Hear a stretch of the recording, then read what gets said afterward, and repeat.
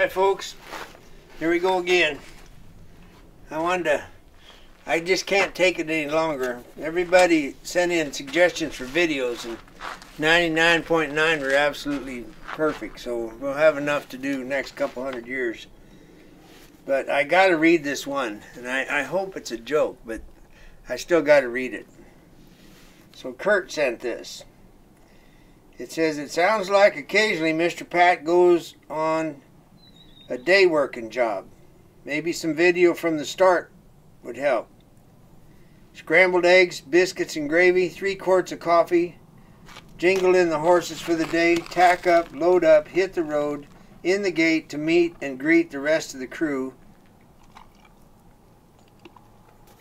I gotta stop right there. Okay, so that isn't anything I do. In the perfect world, when I day work, which I try to pick the right outfit, is I'm by myself.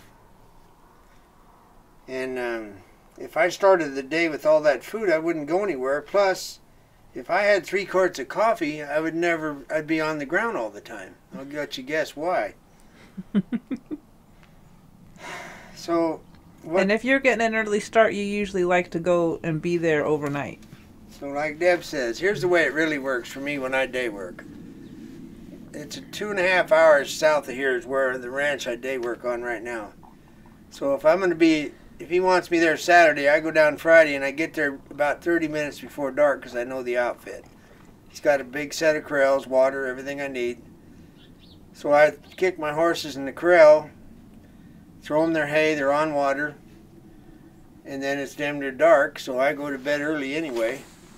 And I've got a cot, and I've got a bedroll, and I sleep right outside my trailer in the summertime. I sleep in the sheep wagon or in the trailer in the wintertime. And I get up about 4 in the morning and feed my horses, and then I have 1 bowl of oatmeal, 1 or maybe 2 cups of coffee, and then I leave. Meaning I don't have to wait for a crew, I don't have to do anything except get on my horse because I already know what the job is. And the guy I work for, he knows me well enough to just say, this is what I need. I say, okay, see ya. Then he shows up whenever he can. Alright, now here's another one. It says, or maybe a day just checking fence, water tanks, water gaps, hoof rot, bloat, tie 'em down, and doctor in the pasture. Well, I don't know. In Iceland, I think they have daylight 20 hours a day. I don't have that much time in a day to do all that. I do all of it, but not like you're talking. So that we do also have a couple of videos of you doctoring the pasture. Doctoring for me, like around California and Arizona, typically in the pasture you might doctor 2 unless you get into a siege or something. So all that doesn't go on that much.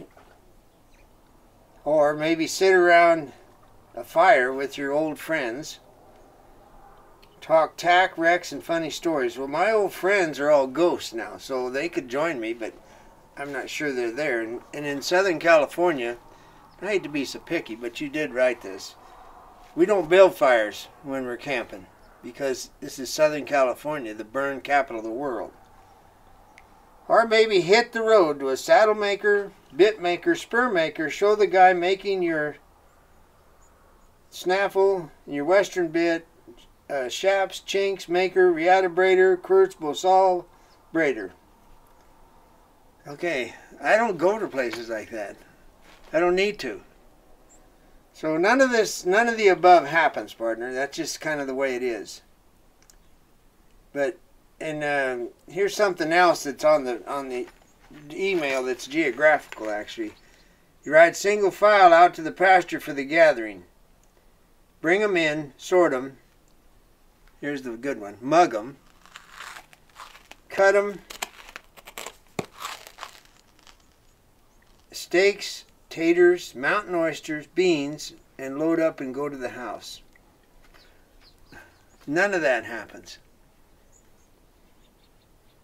So now we do have some Brandon videos that I can put the links in the description on where it shows some of that, but it doesn't show the mountain oysters because we prefer ribeyes. Anyway, it's not what you think, partner. For me, I'm sure somebody does this, but I don't know anybody that does. So, anyway, I like working by myself. And what I do when I know there's going to be a crew coming, I try to be the first one in the saddle. And then I look around, there's nobody there. Well, that means somebody's socks were too tight. Somebody had a flat. And I don't care about none of this. And even people I've worked for, they know me after a while. They know that if we're going to gather pasture, I head out and I go to the back side and I start shaping the cattle up. And so by the time the crew gets there, or the boss or whatever's going on, I've kind of got things going the right direction. And something I never do is I don't go to the corral with any size amount of cattle. What I do is that, like in Arizona, we had 250 cows, I guess. Well, the guy I rode for, he had 4 little kids. And he had to get the kids up, get them all dressed, feed them breakfast, saddle all their horses, and then come out to the ranch. Well, I knew that. So I would get the cattle gathered, and then I'd stop within a quarter mile of the corrals, and I'd just kind of trot back and forth until they settled, and then I'd sit up on the ridge and watch them until the boss came. And his son told me one time when the kids had all come, we'd surround them, we'd put them in the corral. His son told me, he says, "Boy, I sure like it when you come here." So that's the reality of me and cowboying. And Dave Stamey, Deb can tell you about Dave Stamey, the singer. Well, Dave describes 2 songs. One of them was the cowboy classic Riding Down the Canyon, which has nothing to do with real cowboys. Real cowboys don't saddle up after the workday is done. They definitely don't ride down canyons if they can help it, especially in flash flood season. But Buckaroo Man is his version of that. And if you listen to the lyrics real close of Dave Stamey's Buckaroo Man, you'll get an idea of how real cowboying is. Now, it's a life that we love, but it's not what you see in the movies. All right, here's the deal. We got this lady, and this is real common. We'll get down to the real stuff now. Things that can help a cinchy horse not to be cinchy. Okay. This horse right here, when we got him, he was cinchy. He liked to do 2 things. He was cinchy and he liked to rear when he got under pressure. So the rearing thing, I rode him in our snaffle. And I was putting cattle down an alley and into the chute and all that stuff. And he'd get all pressured up, he'd start rearing. So when a horse rears with me, I push my hands up his neck. And then he hits the ground and then I turn him around and I keep going again. Well, long story, I think he was riding a tie down. And somebody noticed one time when I got on him that he bumped the bit. Well, that's an old habit from a tie down. Anyway, after he found out the shoe wasn't going to fall, meaning we just got him, and horses don't trust people a lot of times, imagine that. And when he figured out I wasn't going to be banging on his mouth, he quit rearing. All right, Cinchy, here's what you don't do. You don't tie a horse this short that's cinchy and saddle him up. Period.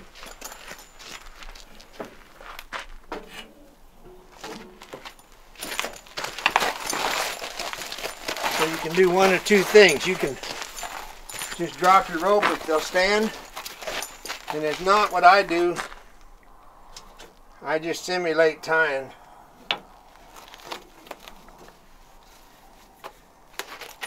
Now you can buy the Clinton Anderson ring-a-ding deal for $19, but I just soon do that. And I've already brushed him, so don't get twitchy.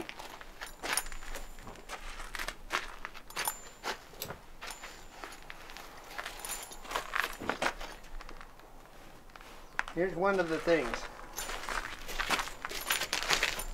There's a double blanket and a pad. It's a thoroughbred horse, and he's got some withers. So I want to make sure he doesn't get pinched, because it's one of the 7 reasons why horses get cinchies, because their back hurts. Well, that's nothing to be proud of. Oh, and somebody asked about saddling a horse. If you draw a line down this side that Deb's on, just line up the edge of the blanket with the shoulder and the leg, and you can see where to put your pad.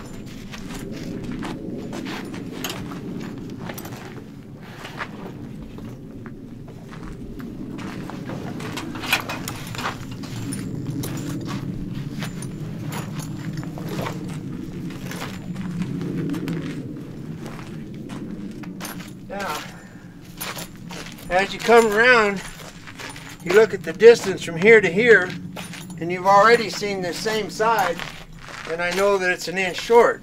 So I think all of this has something to do with horses that get cinchy. Now the main reason they get cinchy is because they've been cut in half with a cinch and they blow up. Okay, how long does it take a horse to form a habit? Second time.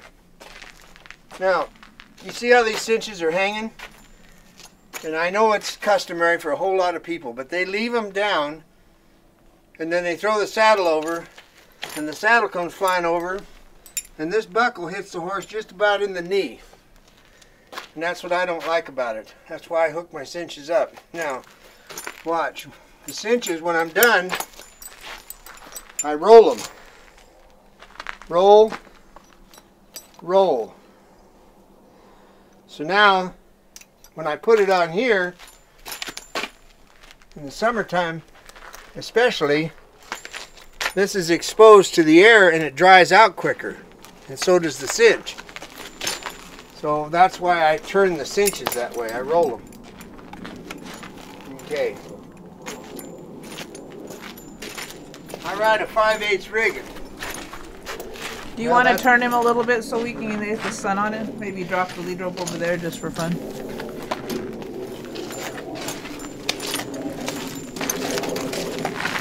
Perfect. Now, I ride a 5/8 rigging, which there again, that's a personal choice. One of the reasons I like a 5/8 rigging is because it keeps the cinch farther back from the elbow of the horse.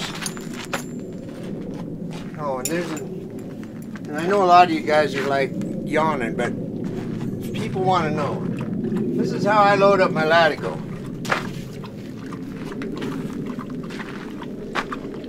Alright, now when you pick up your cinch, you just put it in the end and pull it, and voila.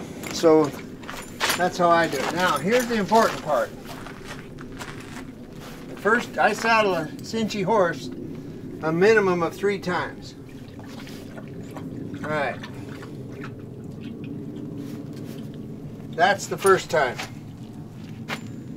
That's how tight it is. Okay, I know it's going to stay on the horse's back and not roll, so I'm not worried about it. Oh, and that reminds me, I'm trying to work with the camera, but here's something you never do. You never do this getting on, saddling, anything. You always do this. You reach under with your left hand. So if a cranky horse cow kicks, he's not going to get you. If you stand here like a pig farmer and reach under with your right hand, it's right there is where the cow kick hits. Now also you can put your arm and reach under there so you're touching the hair on his belly, right? So the cinch isn't like all of a sudden sucked up cold against his belly. He's felt your arm first. Oh yeah, that's a good idea. Now while we're here and it's in my brain, can you at least with your hand point out where the different, like the full double rigging, where it would be? The full rigging, most of the guys that ride them are, it's an in-skirt rigging and it's here. And then it goes straight and down. It goes right here. Okay, and then the back cinch is back here. And then the center fire is right here and the 5/8 is right here. Right. So a 3/4 and a full double to me is about the same. But anyway, I like my cinch sitting back farther. And then when I'm roping, I've gone over this in a video, but when I'm roping, I've got my saddle laying around the horse and I'm not taking such a hit on the saddle horn and the back cinch. If my front cinch is way up here and I dally, it raises the back of my saddle. Okay, this has to be tight. That's all wonderful. But if you have a 5/8 rig and you can slide rope, you're not going to betray your horse's withers. So that's what it looks like. Now the back cinch is the important part here. This is how much room there is. Okay, when you get to the first gate, if it's your turn to open it, you always check your back cinch. Because the horse sucks up during a day's ride, and there's a man over on the coast that got hurt really, really bad about the nightmare we all talk about, and a branch went in his back cinch, and he ended up in the hospital with operations. Now, I don't untrack a cinchy horse with the stirrup on top of the saddle. You can appreciate why. Now, if you come up here, you'll see that the breast collar isn't centered. So this ring needs to be in the center. If you make this too tight, you're going to betray your horse, meaning you'll rub it raw. And you know, cowboys take great pride in never marking a horse up. So here's the breast collar centered.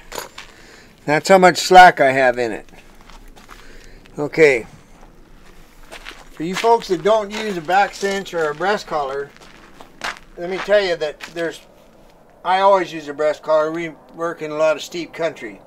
Now the other reason is when you're pulling cattle going away from them, it helps keep the saddle where it belongs.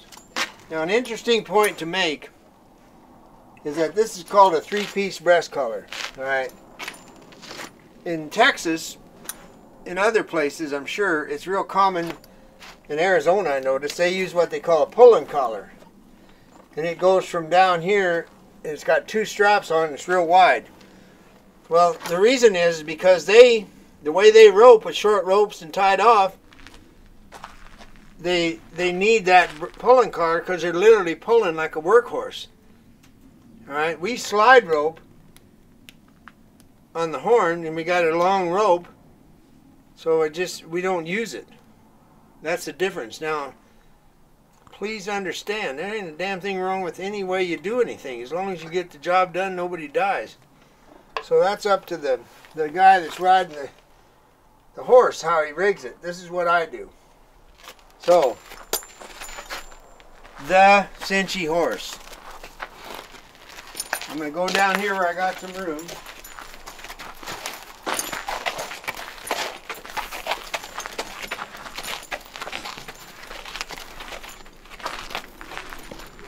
Now, as you can tell, this horse isn't Cinchy. Alright, he was Cinchy. Sticks, that bay thoroughbred you've seen in the videos, he was Cinchy. He got over it. So what I do, you have to want to take the time, and if you're riding with a crew, then that means you get out of bed earlier and you get out the barn, you get done. So by the time they are ready to go, you're already sitting on your horse. You've done all what I'm about to do. And what I'm about to do is I just lead the horse in a circle. Alright, now this is how big a circle I lead him in. Now this is what I would go through for a Cinchy horse. Okay. This has nothing to do with crossing over right now or anything. I'm just walking in a circle. Now, I'm going to get over here by Deb. What I want you to watch is the back cinch. When I turn this horse to go the other way, people maybe don't realize this, but what happens is that when a horse turns sharp, their belly expands here. And that a lot of times is what triggers them to buck. So, especially if it's cold. Yeah, if it's cold especially, but we'll never know from now on. Right there, when you turn a horse that sharp is when they usually blow, they expand their stomach.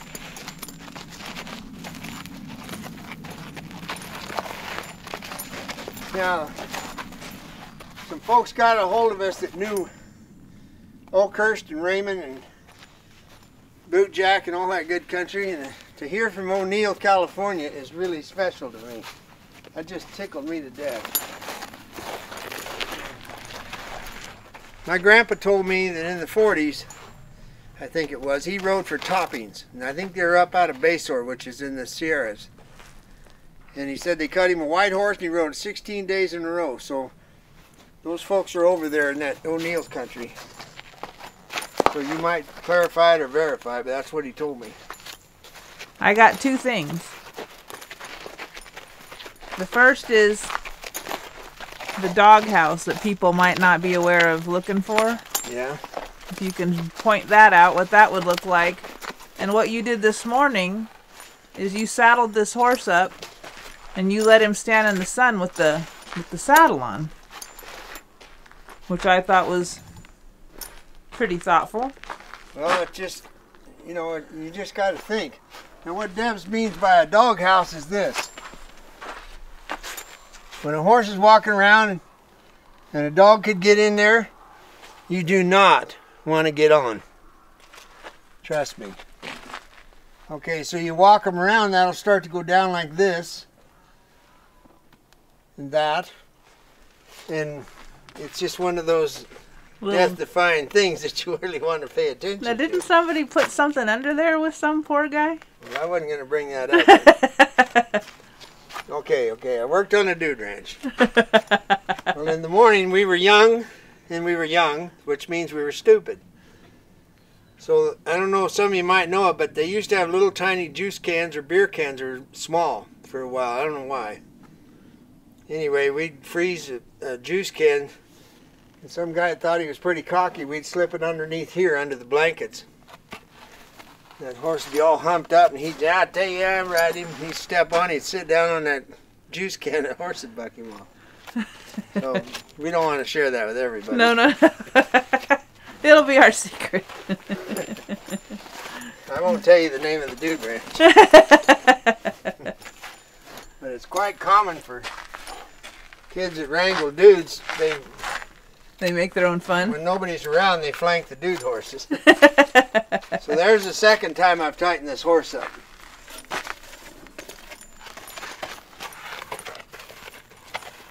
Now, if you watch their tail, a troubled horse will clamp their tail down. The second thing about a tail is what we call a J. And if you see a horse with a J in his tail, it's the same thing as the doghouse. It looks like this at the end. Don't get on. He's trying to tell you. While you're walking them around, are you going to tell the story about I think it was your uncle or somebody who had a horse he'd bet? My great uncle in Coarse Gold, he'd go to the bar with my aunt. He had a white horse. And he'd get guys oiled up in the bar. And then he'd say, I'll bet you I got a horse out there that you can't ride, but my wife can ride. And he'd say, bring it on. So he'd bet him $10 or whatever it was. They'd go out, he'd just go get the horse and lead it right up to the guy and hand him the bridle rein. He'd get on, the horse would blow up and buck him off. So she'd gather the horse up, and then my aunt would walk around while my great uncle was helping him up or whatever. Taking money. So she'd be untracking this horse the whole time. And when he could see it and she knew it, he'd give her the hidey-ho, and then she'd just step on the old horse and ride off. And it was a fun thing that they did at the bar. And anybody remembers, it's where the Gold Nugget was in Coarse Gold. When I was a little kid, Dick Muller, old man, had it. And he had an actual hammock in the bar where he could lay and smoke cigarettes and tell stories. Alright, now I'm going to actually disengage the horse. You've all seen this 100 times.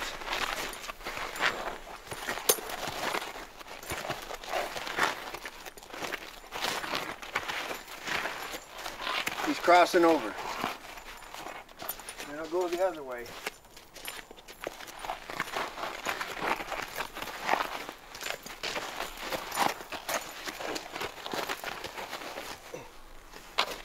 I've been looking for that.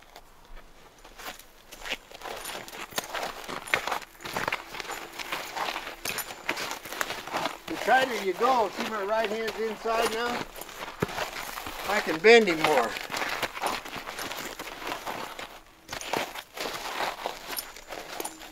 Now don't get confused with the third time deal. Now this is the cinchy horse we're talking about, remember?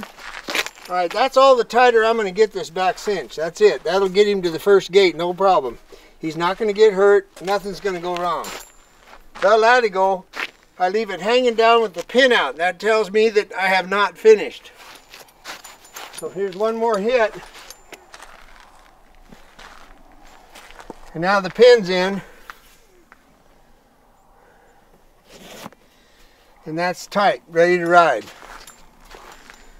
So now you don't get on still. Remember, you're trying to fix a cinchy horse. And you just tightened it again. So now you got to untrack him again. And you know, the biggest deal I noticed with people over the years is they choose not to take the time to do this. Get up early, get going, too big a hurry. Well, a compound fracture, it takes a long time to get over. So it's worth taking the time to untrack a horse before you get on it. I've also noticed some people, they'll think that they can fix the problem in like a week or two, when it takes really months or a year. It takes as long as it takes, you know. I don't remember how many times I did this, but I'm going to tell you a dozen for sure. And I traded horses with Carson Yellowtail one time. You guys like stories. Carson's one of the best hands I was ever around up in Montana. And the Yellowtail family is famous for their horses. Jiggs Yellowtail, I think he was had all kinds of horses. Paints, I think he was big on. Anyway, Carson got a hold of me because he knew I did a little trading. So we met at the brand inspector's house. And he brought me a horse and I brought him a horse. And the way I trade with people when I was younger, you don't say, well, what does he like to eat? You know, what was his mother like? You don't do anything. It's a trade. He hands you a horse, you hand him a horse. You switch holders and then you leave. Well, the horse he traded me was Cinchy. The horse I traded him would buck. But it never would buck until you jerked your slack after you roped. Like in that pasture, roping a steer. Just about the time you were hung out to dry, right there, he'd buck. Now, he'd buck me off every once in a while, because I'm no bronc rider. But the deal was that horse would try to cow kick you on the way out. So I didn't like my horse, and he didn't like his horse. So he ended up trading his to his brother Bill, who was a politician plus a rancher. And he led the parade for the Crow Fair, which was commendable. Okay.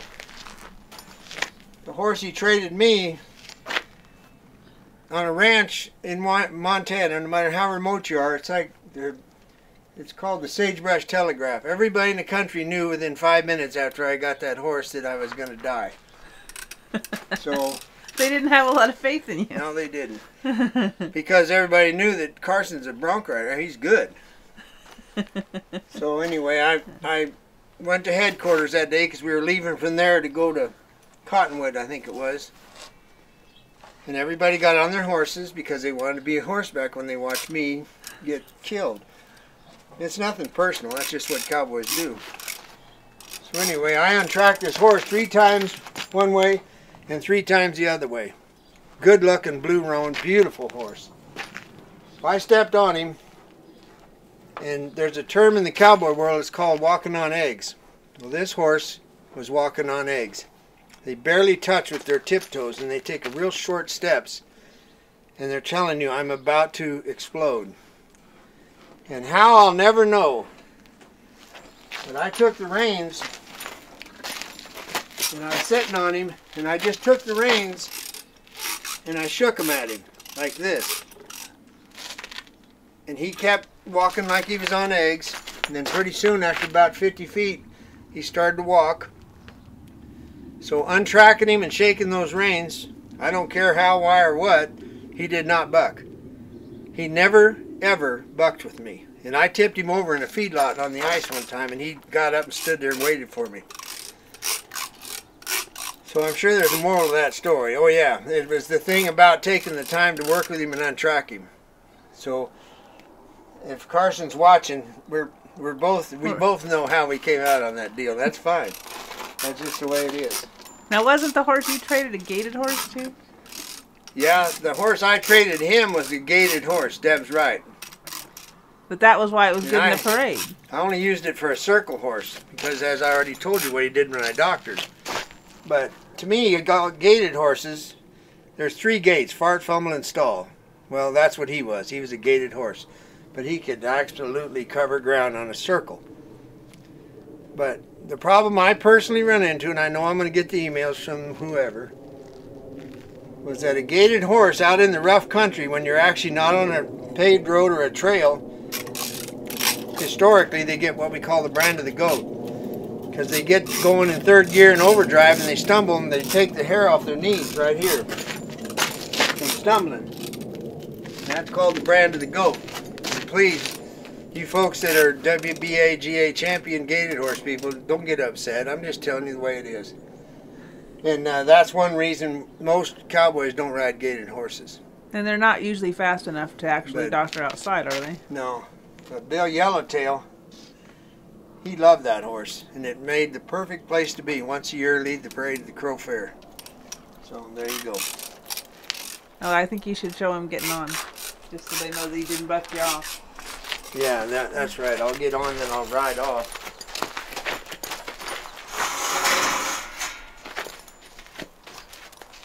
I think I got my stirrups right.